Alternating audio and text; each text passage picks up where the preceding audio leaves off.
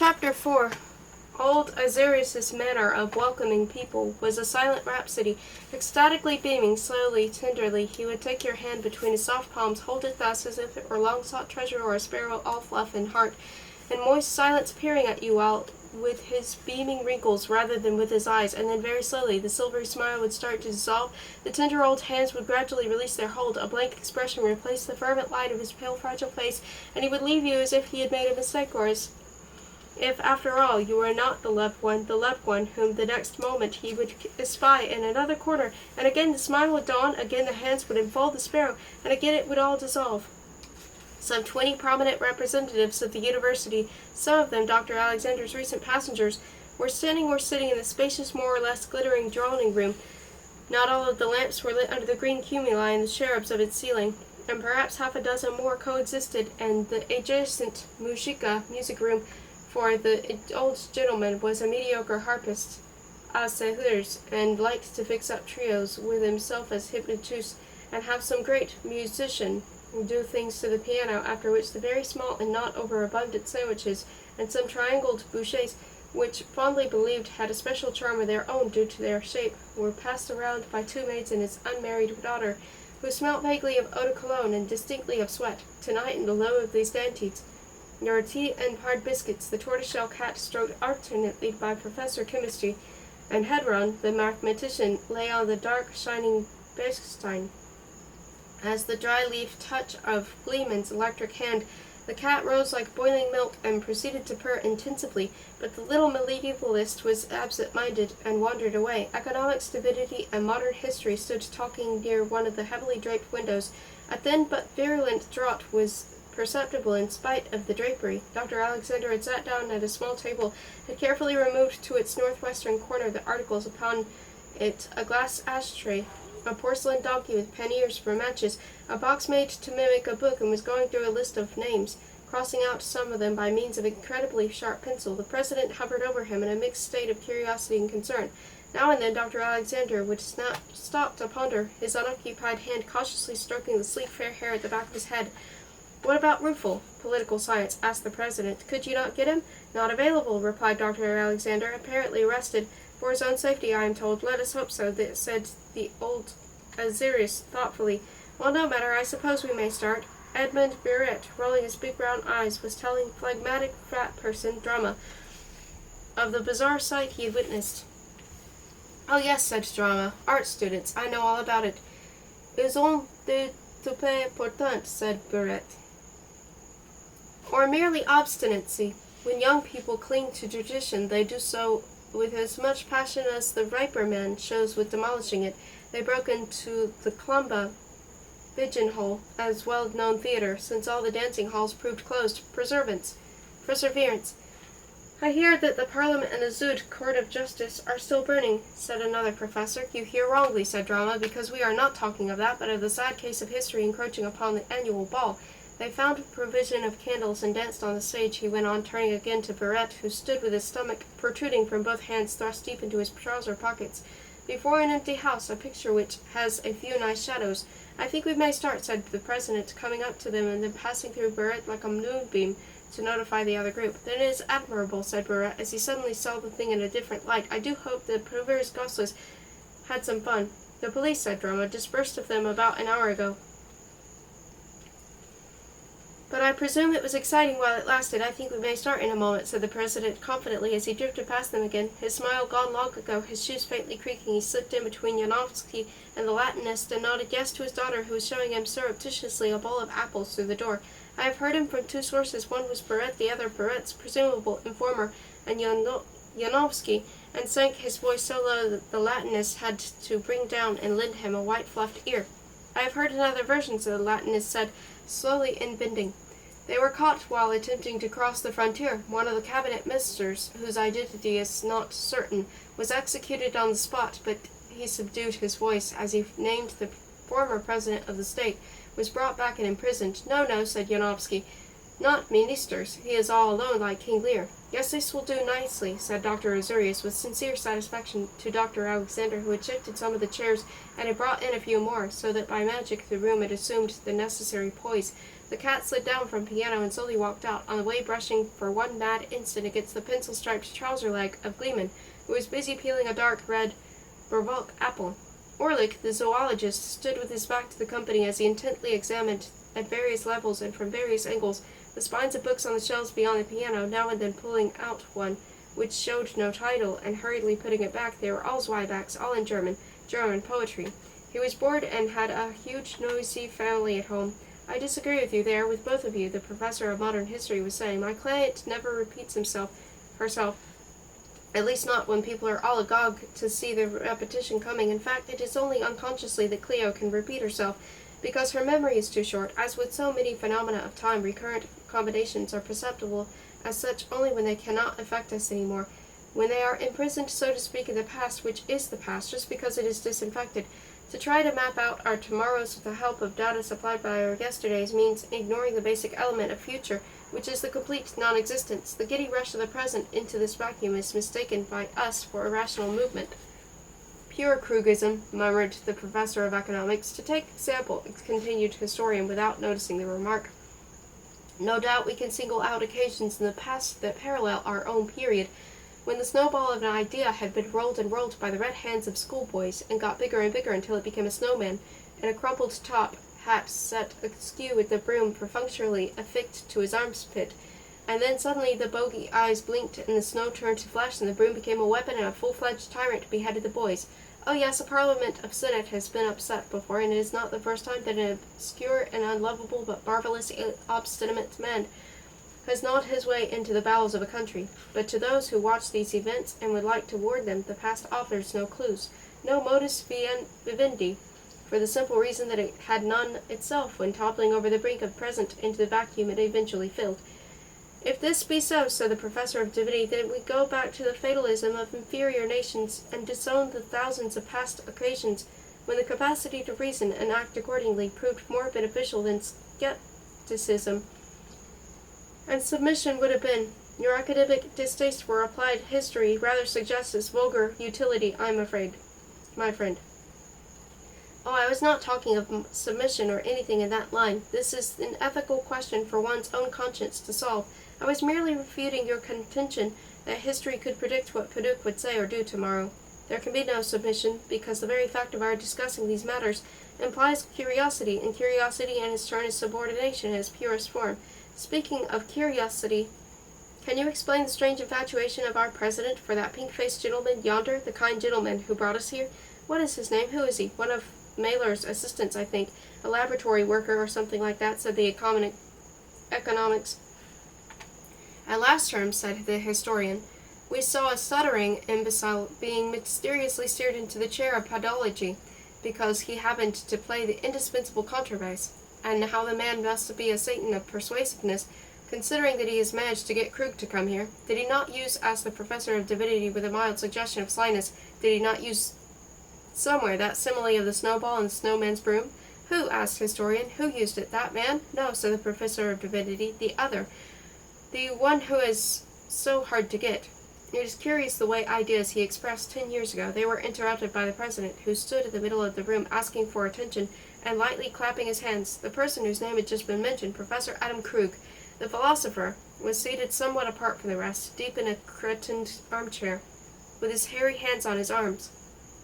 He was a big, very heavy man, in his early 40s, with untidy, dusty, or faintly grizzled locks and roughly hewn face suggested of uncouth chessmaster, or the morose composer, but more intelligent, the strong, compact, dusky forehead, and that peculiar hermetic aspect of bank safe, of prison wall, which the brows of thinkers possess. The brain consisted of water, various chemical compounds, and a group of highly specialized fats.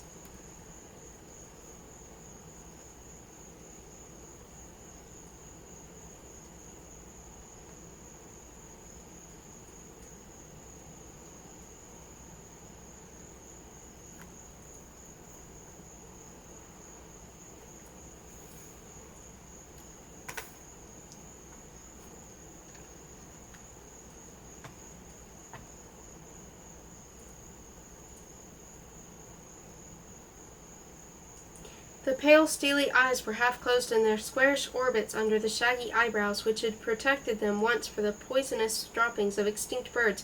Schneider's hypothesis. The ears were of goodly size with hair inside. 2 deep folds of flesh diverged from the nose along the large cheeks.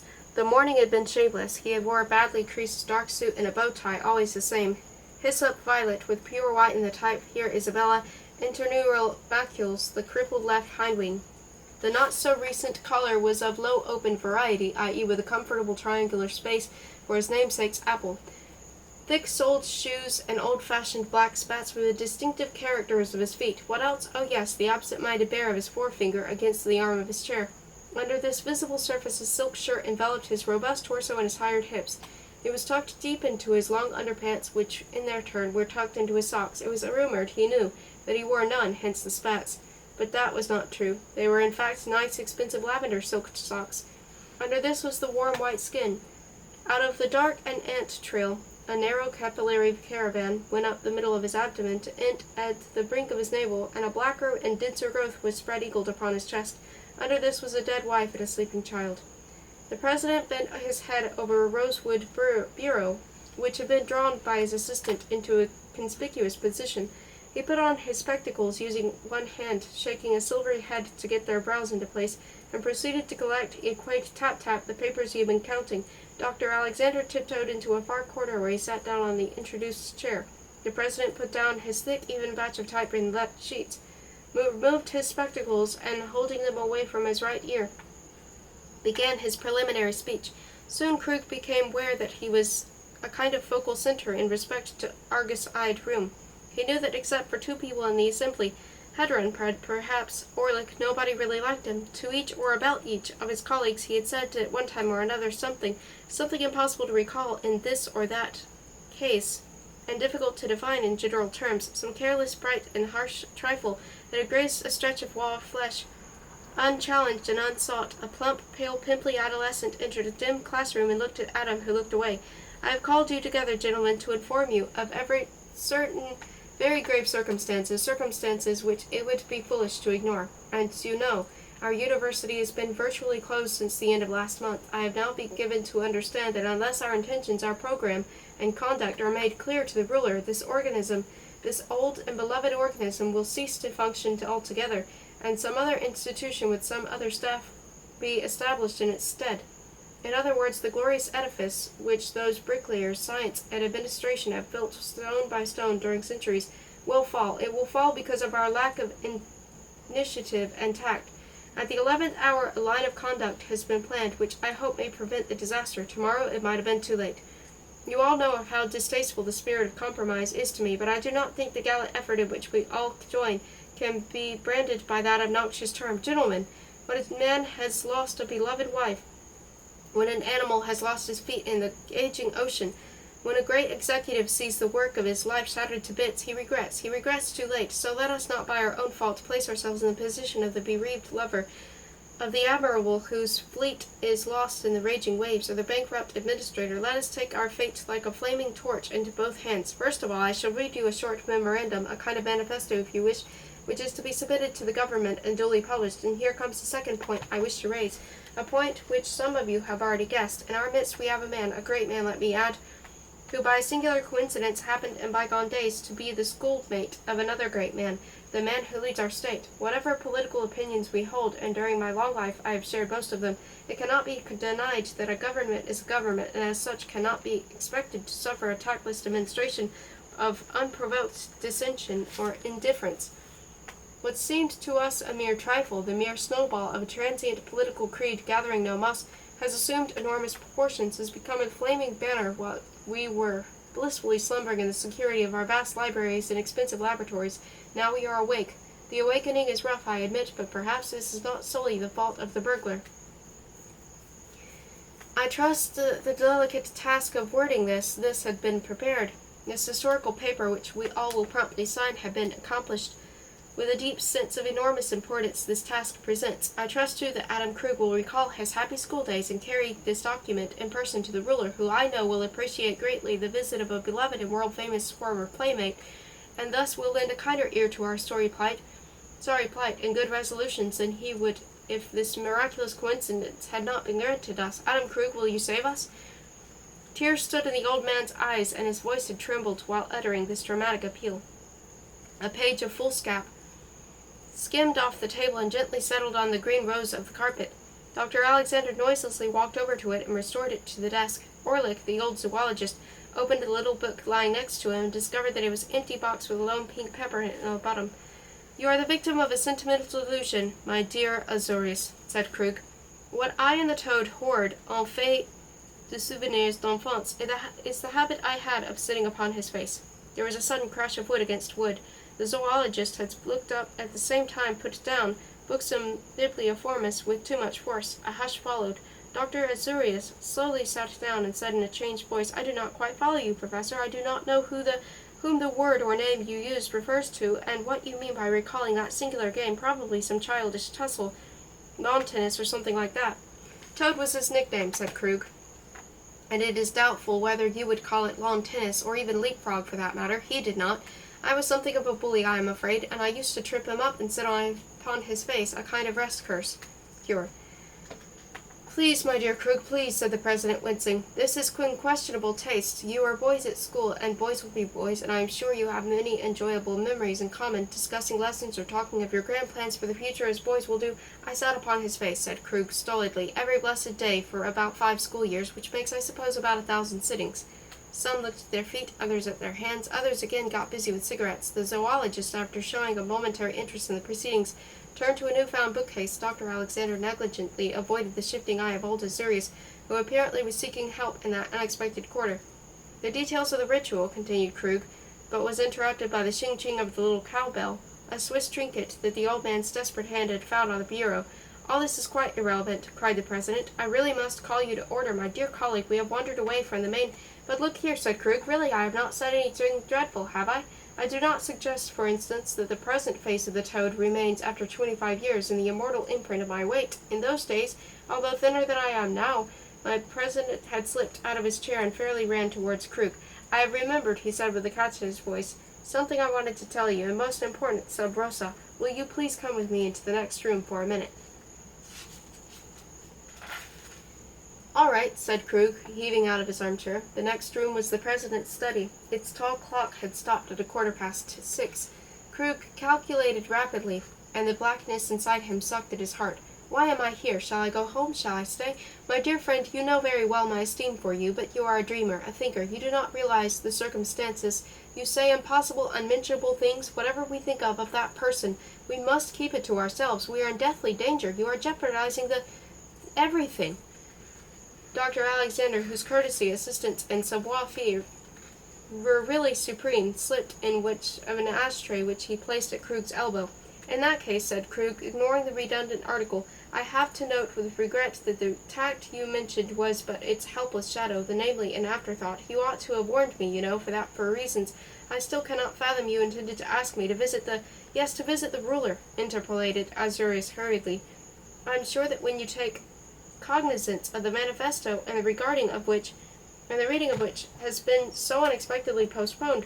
The clock began striking, for Dr. Alexander, who was an expert in such matters of a methodical man, had not been able to curb the tinkerer's instinct, and was now standing on a chair and pawing the danglers with a naked face. His ear and dynamic profile were reflected in pink pastel by the opened glass door of the clock. "I think I prefer going home," said Krug. "Stay, I implore you. We shall now go quickly read and sign that really historical document, and you must agree. You must be the messenger. You must be the dove." "Confound that clock," said Krug. "Can't you stop it striking, man? You seem to confuse the olive branch with the fig leaf," he went on, turning again to the president. "But this is neither here nor there, since for the life of me, I only beg you to think it over, to avoid any rash decision. Those school recollections are delightful, per se, those little quarrels of harmless nickname, but we must be serious now. Come, let us go back to our colleagues and do our duty." Dr. Azorius, whose oratorical zest seemed to have waned, briefly informed his audience that the declaration which all had to read and sign had been typed in the same number of copies as there would be signatures. He had been given to understand, he said, that this would lend a dash of individuality to every copy. What was the real object of this arrangement he did not explain, and let us hope did not know, but Krug thought they recognized in the apparent imbecility of the procedure the eerie ways of the toad. The good doctors Azorius and Alexander distributed the sheets with the clarity that a conjurer and his assistant display when passing around for inspection articles which should be not examined too closely. You take one too, said the older doctor to the younger one. No, really, exclaimed Dr. Alexander, and everybody could see his handsome face express a rosy confusion. Indeed, no, I would not dare. My humble signature must not hobnob with one of those august assembly. I am nothing. Here, this is yours, said Dr. Azuris with an odd burst of impatience. The zoologist did not bother to read his, signed it with a borrowed pen, returned the pen and it over his shoulder, and became engrossed again in the only inspectable stuff that he had found so far, an old Baedeker with the views of Egypt and ships over the desert in silhouette. Poor collecting ground on the whole, except perhaps for the orthopetrist. Dr. Alexander sat down at the rosewood desk, unbuttoned his jacket, shot out his cuffs, and turned to the chair proximally, checked its position as a pianist does, then produced from the vest pocket a beautiful glittering instrument made of crystal and gold, looked at its nib, tested it on a bit of paper, and holding his breath, slowly unfolded the convolutions of his name. Having completed the ornamentation of his complex tale, he raised his pen and surveyed the glamour he had brought. Unfortunately, at this precise moment, his golden wand, perhaps resentful of the concussions that his master's various exertions had been transmitting to it throughout the evening, shed a big black tear on the valuable typescript. Really flushing this time, the V vein swelling on his forehead, Dr. Alexander applied the leech. When the corner of the blotting paper had drunk its fill without touching the bottom, the unfortunate doctor gingerly dabbed the remains. Adam Krug, from a vantage point near by, saw these pale blue remains, a fancy footprint or spatulate outline of a puddle. Gleeman reread the document twice, frowned twice, remembered the grant and the stained glass window frontispiece and the special type he had chosen and the footnote on page 306 that would explode a rival theory concerning the exact age of a ruined wall, and affixed his dainty but strangely illegible signature. Barrett, who had been brusquely roused from the pleasant nap in a screened armchair, read, blew his nose, cursed the day he had changed his citizenship, then told himself, after all, it was not his business to combat exotic politics, folded his handkerchief, and seeing that others signed. Economics and history held a brief consultation, during which a skeptic but slightly strained smile appeared on the latter's face. They appended their signatures in unison, and then noticed with dismay that while comparing notes they had somehow swapped copies, for each copy had the name and address of potential undersigner typed out in the left-hand corner. The rest sighed and signed, and did not sigh and signed, or signed and sighed afterwards, or did neither the one nor the other, but then thought better of it and signed. Adam Krug, he too, unclipped his rusty wobbly fountain pen. The telephone rang in the adjacent study. Dr. Azuris had personally handed the document to him, and had hung around while Krug had leisurely put on his spectacles and had started to read, throwing his head back so as to rest it on the antimacassar, and holding the sheets rather high in his slightly trembling, thick fingers. They trembled more than usually because it was after midnight and he was unspeakably tired. Dr. Azuris stopped hovering and felt his old heart stumble as it went upstairs, metaphorically, with its guttering candle, and with Krug nearing the end of the manifesto, 3 pages and a half sewn, pulled at the pen in his breast pocket. A sweet aura of intense relief made the candle rear its flame as old Azuris saw Krug spread the last page on the flat wooden arm of his cretoned armchair and unscrew the muzzle part of his pen, turning it into a cap. With a quick, flip-like, delicately precise stroke quite out of keeping with his burly constitution, Krug inserted a comma in the 4th line. Then, schmuck, he remuzzled, reclipped his pen, schmuck, and handed the document to the distracted president. "Sign it," said the president in a funny automatic voice. "Legal documents accepted," answered Krug, "and not all of them at that. I have never have signed, or never have signed, anything not written by myself." Old Azuris glanced around, his arms slowly rising. Somehow nobody was looking his way save Hedron, a mathematician, a gaunt man with a so-called British mustache and a pipe in his hand. Dr. Alexander was in the next room, attending to the telephone. The cat was asleep in the stuffy room of the president's daughter, who was dreaming of not being able to find a certain pot of apple jelly, which she knew was a ship she had once seen in Bervock, and a sailor who was learning and spinning overboard, watching a spit fall into the apple jelly of the heart-rending sea, for her dream was shot with golden yellow, as she had not put out the lamp, wishing to keep awake until her old father's guests had gone. "Moreover," said Krug, "the metaphors are all mongrels, whereas the sentence about being ready to add to the curriculum such matters as would prove necessary to promote political understanding and to do our utmost is miserable grammar, which even my comma cannot save. I want to go home now." Prakatamata, poor Dr. Azarius cried to the very quiet assembly. Prakta tun vedust Mahankern, Prosfarm Krug, Malarma Nejonge Prakata. Dr. Alexander, faintly resembling the fading sailor, reappeared and signaled, then called the president, who, still clutching the unsigned paper, sped wailing toward his faithful assistant. Come on, old boy, don't be a fool. Sign that darn thing, said Hedron, leaning over Krug and resting the fist on his pipe on Krug's shoulder. What on earth does it matter? Affix your commercially valuable scrawl. Come on. Nobody can touch our circles, but we must have some place to draw them. Not in the mud, sir. Not in the mud, said Krug, smiling his first smile of the evening. Oh, don't be a pompous pedant, said Hedron. Why do you want to make me feel so uncomfortable? I signed it, and my gods did not stir. Without looking, Krug put up his hand to touch lightly Hedron's tweed sleeve. It's all right, he said. I don't care a darn for your morals, so long as you draw your circles and show conjuring tricks to my boy. For one dangerous moment he felt again the hot black surge of grief. The room was almost melted, but Dr. Azarius was speeding back. My poor friend, said the president with great gusto, you are a hero to have come. Why did you not tell me? I understand everything now. Of course you could not have given the necessary attention. Your decision and signature may be postponed, and I am sure we are all heartily ashamed of ourselves for having bothered you at such a moment. Go on speaking, said Krug. Go on. Your words are conundrums to me, but don't let that stop you. With an awful feeling that a piece of utter misinformation had bedeviled him, Azarius stared, then stammered, I hope I am. Haven't you... Isn't there sorrow in your family? If there is, it's no concern of yours, said Krug. I want to go home, he added, blasting out suddenly in the terrible voice that would come out like thunderclap when he arrived at the climax of a lecture. Will that man, what's his name, drive me back? From afar, Dr. Alexander nodded to Dr. Azarius. The mendicant had been relieved. 2 soldiers sat huddled on the treadboard of the car, presumably guarding it. Krug, being eager to avoid a chat with Dr. Alexander, promptly got into the back. To his great annoyance, however, Dr. Alexander, instead of taking the wheel, joined him there. With one of the soldiers driving while the other protruded a comfortable elbow, the car screeched, cleared its throat, and hummed through the dark streets. Perhaps you would like, said Dr. Alexander, and groping on the floor, attempted to draw up a rug so as to unite under his and his fellow's legs. Krug grunted and kicked the thing off. Dr. Alexander fidgeted, tucked himself in all alone, and then relaxed, one hand languidly resting in the strap of the side of the car. An incidental street lamp found and mislaid his opal. I must confess I admired you, Professor. Of course you were the only real man among those poor deal fossils. I understand you do not see much of your colleagues, do you? Oh, you must have felt rather out of place. Wrong again, said Krug, breaking his vow to keep silent.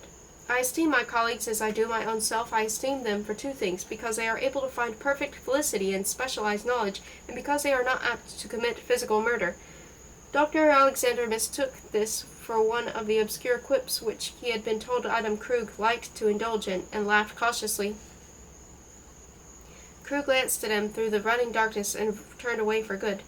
And you know, continued the young biodynamicist, I have a curious feeling, Professor, that somehow or other the numerous sheep are prized less than the one lone wolf.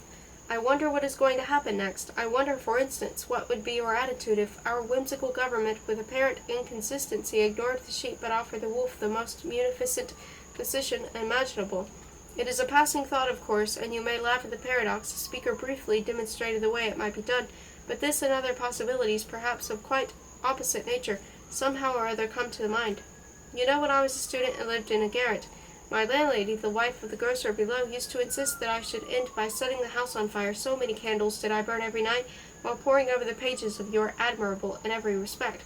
Shut up, will you, said Krug, all of a sudden revealing a queer streak of vulgarity and even cruelty, for nothing in the innocent and well-meaning, if not very intelligent, prattle of the young scientist, who quite obviously had been turned into a chatterbox by the shyness characteristic of overstrung and perhaps undernourished young folk, victims of capitalism, communism, and masturbation, when they find themselves in the company of really big men, such as, for instance, someone whom they know to be a personal friend of the boss, or the head of firm himself,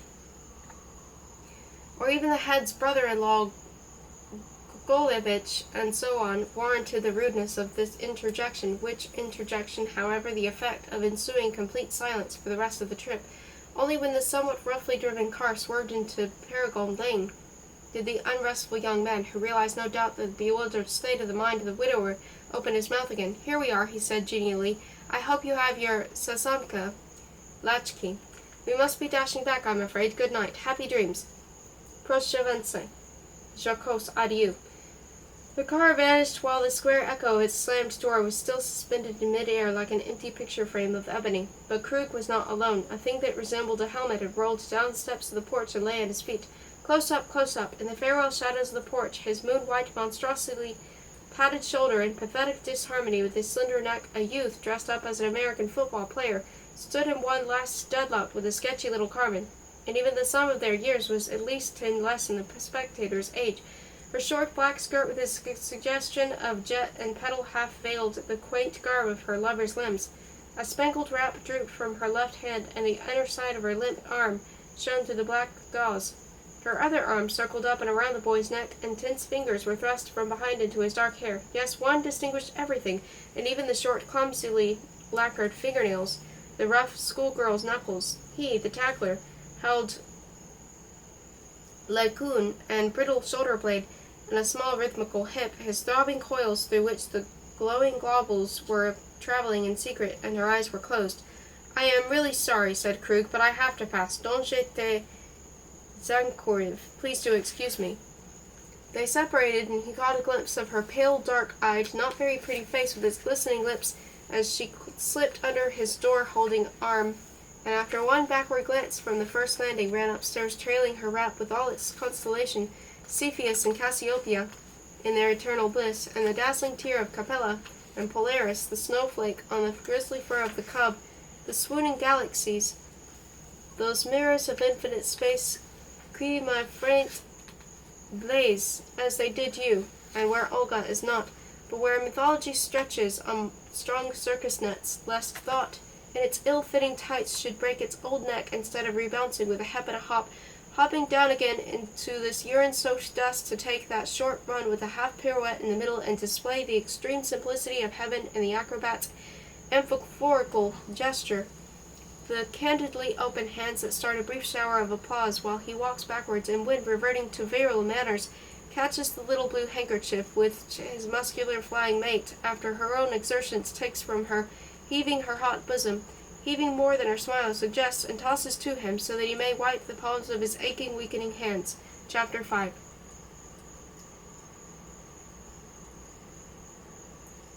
It bristled with farcical anachronisms. It was suffused with a sense of gross maturity, as in Hamlet, the churchyard scene.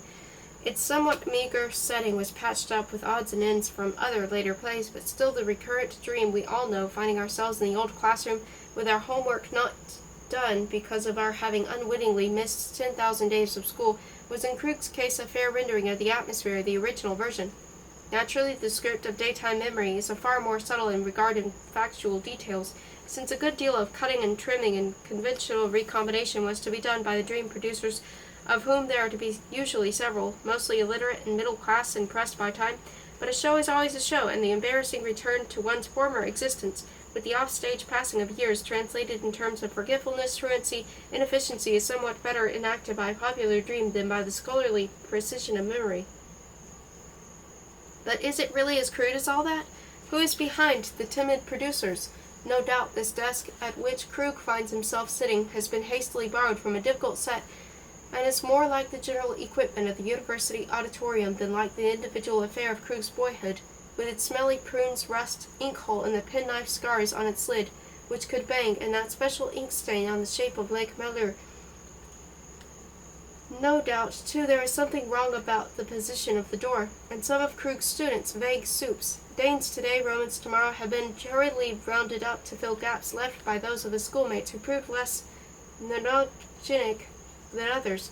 But among the producers of stagehands responsible for the setting, there has been one, it is hard to express it, a nameless, mysterious genius who took advantage of the dream to convey his own peculiar code message, which has nothing to do with school days, or indeed with any aspect of Krug's physical existence, but which links him up somehow with an unfathomable mode of being, perhaps terrible, perhaps blissful, perhaps neither, a kind of transcendental madness which lurks behind the corner of consciousness, and which cannot be defined more accurately than this, no matter how Krug strains his brain. Oh yes, the lighting is poor and one's field of vision is oddly narrowed, as if the memory of closed eyelids persisted intrinsically with the sepia shading of the dream, and the orchestra of the senses is lunated to a few native instruments, and Krug reasons in his dream worse than a drunken fool. But a closer inspection, made when the dream self is dead for the 10,000th time, and the day self inherits for the 10,000th time those dusty trifles, those debts, those bundles of illegible letters, reveals in presence of someone in the know. Some intruder has been there, has tiptoed upstairs, has opened the closets, and very slightly disarranged the order of things. Then this drunken, chalk-dusty, incredibly light and dry sponge imbibes water until it is plump as a fruit, makes glossy black arches all over the livid blackboard as it sweeps away the dead white symbols. And we start afresh now, combining dim dreams with the scholarly precision of memory. You entered a tunnel of sorts. It ran through the body of an irrelevant house, and brought you into an inner court coated with old gray sand, which turned to mud at the first spatter of rain. Here soccer is played in the windy, pale interval between two series of lessons. The yawn of the tunnel and the door of the school, at the opposite ends of the yard, became football goals, much in the same fashion as the commonplace organ of one species of an animal is dramatically modified by new friction in another. At times, a regular association football, with its red liver tightly tucked in under its leather corset and the name of an English maker running across the almost palatable sections of its hard-ringing rotundity, would be surreptitiously brought and cautiously dribbled about in a corner, but this was a forbidden object in the yard, bounded as it was by brittle windows. Here is the ball, the smooth india-rubber ball, approved by the authorities, suddenly disclosed in a glass case like some museum exhibit, 3 balls, in fact, in 3 cases, where we are shown all its instars. First, the new one, so clean as to be almost white, the white of a shark's belly, and then the dirty gray adult with grains of gravel adhering to its weather-beaten cheek. Then a flabby and formless corpse. A bell tinkles. The museum gets dark and empty again. Pass the ball, Adamka. A shot wide of the mark, where a deliberate punt seldom resulted in a crash of broken glass, but conversely, a puncture would usually follow the collision with a certain vicious projection formed by an angle of the roof porch. The stricken ball's collapse would not be noticeable at once. Then, at the next hard kick, its life air would start to ooze, and presently it would be flopping about like an old galosh, before coming to rest, a miserable jellyfish of soiled india-rubber, on the muddy ground where the fiendishly disappointed boots would at last kick it to pieces. The end of the Bologna festive gathering with dances. She doffs her diamond tiara before her mirror. Krug played football. Wuter. Paduk did not. Necked. Krug, a burly, fat-faced, curly-headed boy sporting tweed knickerbockers with buttons below the knee soccer shorts were taboo, pounded through the mud with more zest than skill. Now he found himself running. By night, ugly? Yeah, by night, folks. Down something that looked like a railway track through a long, damp tunnel, the drain stage management having used the first set available for rendering tunnel without bothering to remove either the rails or the ruby lamps that glowed at intervals along the rocky black sweating walls. There was a heavy ball at his toes. He kept treading upon it whenever he tried to kick it. Finally it got stuck somehow or other on the ledge of the rock wall. Here and there had smaller inset show windows, neatly illumined and enlivened by quaint aquarian touch. Corals, sea urchins, champagne bubbles. Within one of them she sat, taking off her dew-bright rings and enclasping the diamond couleur de chêne that encircled her full white throat, yes, divesting herself of all earthly jewels. He groped for the ball on the ledge and fished out a slipper, a little red pail with the picture of a sailing boat upon it and an eraser, all of which somehow summed up the ball. It was difficult to go on dribbling through the tangle of trickery scaffolding where he felt he was getting in the way of the workmen who were fixing wires or something, and when he reached the diner, the ball had rolled under one of the tables, and there, half hidden by the fallen napkin, was the threshold of the goal, because the goal was a door. If you opened that door, you found a few Zapupan softies mooning on the broad window seats behind the clothes racks, and Paduk would be there too, eating something sweet and sticky given him by the janitor, a bemedaled veteran with a venerable beard and lewd eyes. When the bell rang, Paduk would wait for the bustle of flushed, begrimed, clasp-bound boys to subside, whereupon he would quietly make his way up the stairs, his agglutinated palm caressing the banisters.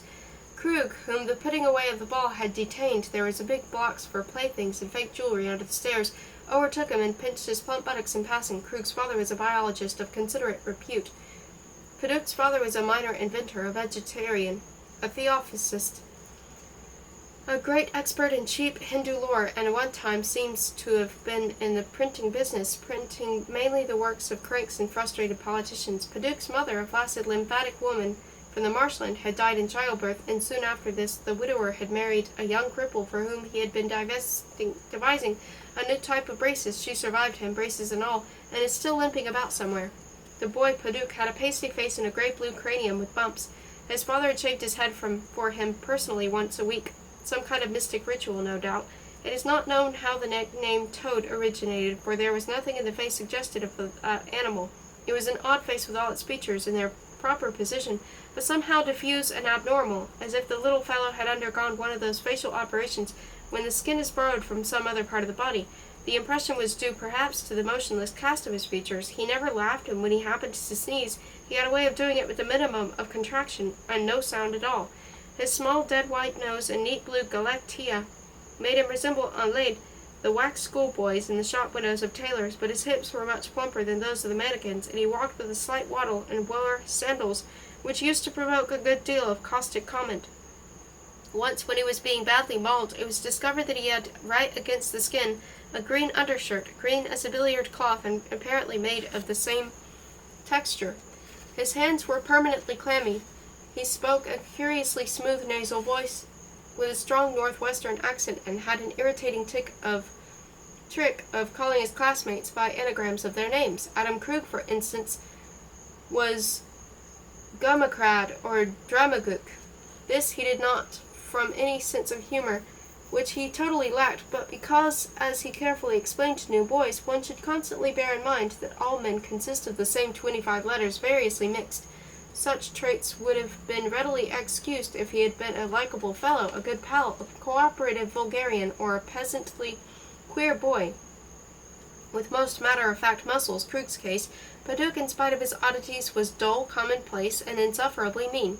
Thinking of it later, one comes to the unexpected conclusion that he was a veritable hero in the domain of meanness, since every time he indulged in it, he must have known that he was heading again towards that hell of physical pain which his revengeful classmates put him through every time. Curiously enough, we cannot recall any single definite example of his meanness, albeit vividly remembering what Paduk had to suffer in retaliation of his recondite crimes. There was, for instance, the case of the pantograph.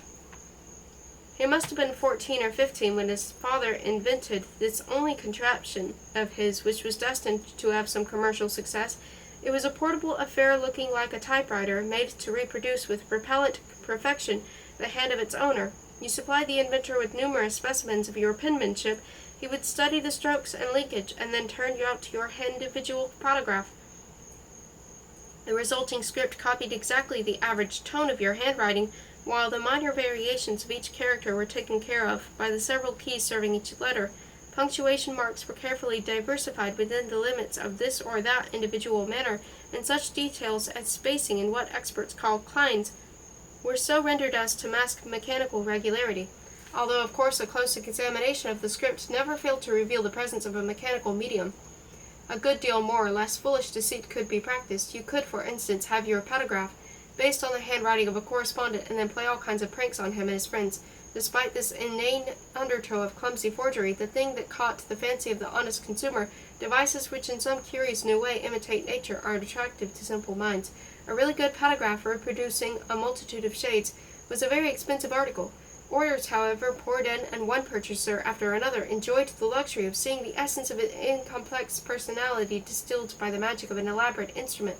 In the course of a year, 3,000 pantographs were sold, and of this number, more than 1/10 were optimistically used for fraudulent purposes. Both cheaters and cheated displaying remarkable stupidity in the process. Paduk Sr. had just about to build a special factory for production on a grand scale, when a parliamentary decree put a ban on the manufacture and sale of pantographs throughout the country.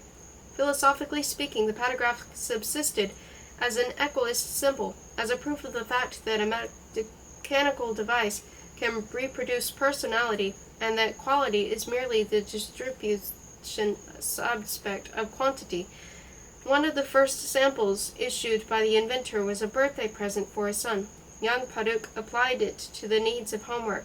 His handwriting was a thin, arachnoid scrawl of the reverse type, with strongly barred T's standing out conspicuously among the other limp letters, and all this was perfectly mimicked. He had never got rid of infantile ink stains, so his father had thrown in additional keys for an hourglass-shaped blot and 2 round ones. These adornments, however, Paduk ignored, and quite rightly. His teachers only noticed that his work had become somewhat tidier than that such question marks as he happened to use were in darker and purpler ink than the rest of the characters. By one of those mishaps which are typical of a certain kind of inventor, his father had forgotten that sign. Soon, however, the pleasures of secrecy waned, and one morning Paduk brought his machine to school. The teacher of mathematics, a tall blue-eyed Jew with a tawny beard, who attended the funeral, and the resulting free hour was devoted to a demonstration of the pantograph. It was a beautiful object, and a shaft of spring sunlight promptly located it. Snow was melting and dripping outside, jewels glittered in the mud, iridescent pigeons cooed in the wet window ledge, the roofs of the houses beyond the yard shone with a diamond shimmer, and Paduk's stumpy fingers, the edible part of each fingernail gone except for a dark linear limit, embedded in a roll of yellowish flesh, drummed upon the bright keys. One must admit that the whole procedure showed considerable pluck on his part. He was surrounded by rough boys who disliked him intensely, and there was nothing to prevent their pulling his magic instrument to pieces. But there he sat, coolly transcribing some text and explaining in his high-pitched drawl the niceties of the demonstration. Schimpfer, a red-haired boy of Alsatian descent, with extremely efficient fingers, said, "Now let me try," and Paduk made room for him and directed his, at first somewhat suspensive, taps. Krug tried next. Paduk helped him too, until he realized that this mechanized double under Krug's strong thumb was submissively setting down, "I am an imbecile, and I promise to pay 10, 15, 25 kroons. Please, oh please," said Paduk quickly. "Somebody is coming. Let us put it away."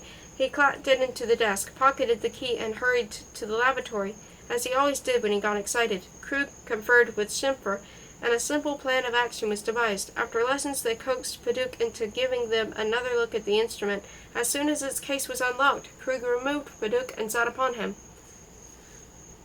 while Schimpfer laboriously typed out a short letter. This he slipped into the mailbox, and Paduk was released. On the following day,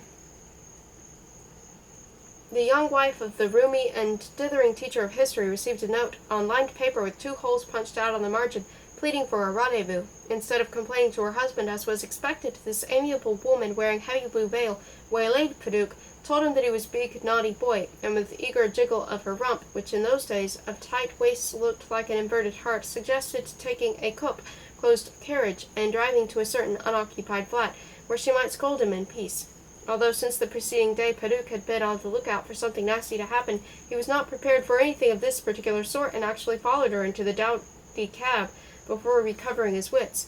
A few minutes later, in the traffic jam of Parliament Square, he slithered out and ignominiously fled.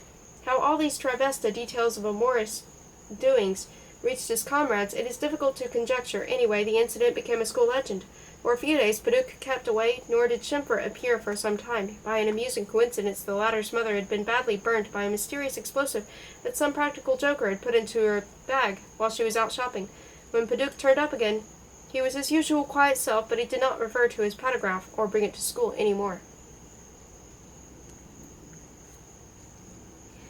That same year, or perhaps the next, a new headmaster with ideas revolved to develop what he returned the politico-social consciousness of the older boys. He had quite a program.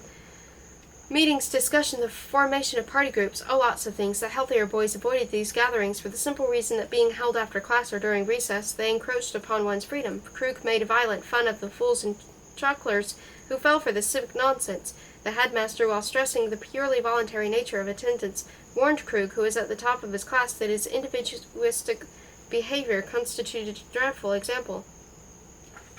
There was an etching repressing in the sand-bread riot.